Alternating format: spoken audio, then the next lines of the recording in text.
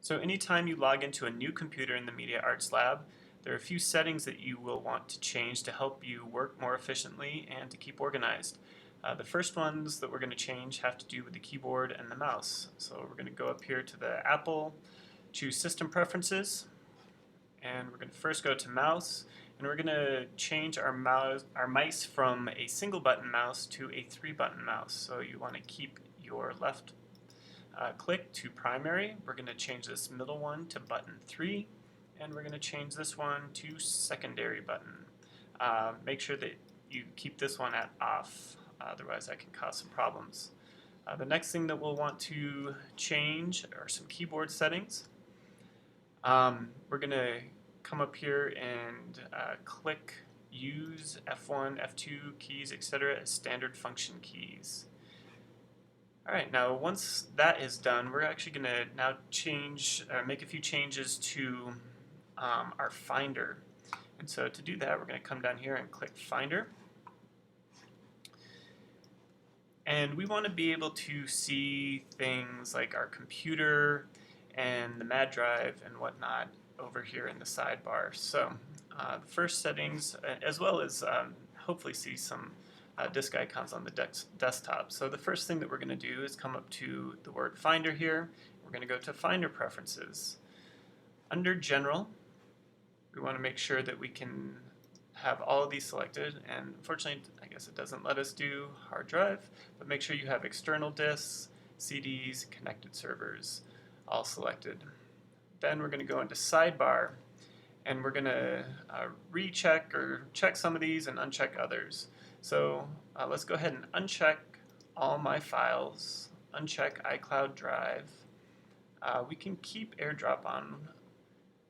Let's keep applications, keep desktop, keep documents, keep downloads, and let's do pictures and our little house, C#. Under shared, we can uncheck back to my Mac and uncheck Bonjour. And then also we want to make sure that we have TCSD selected, and then you're going to want to click where that little hash is and turn it into a check to make sure that you can see hard drives over here in the sidebar. Once all that is done, we can go ahead and close that. And the reason that we do that is that we want to be able to see things like our Macintosh HD hard drive here, as well as our desktop and our documents.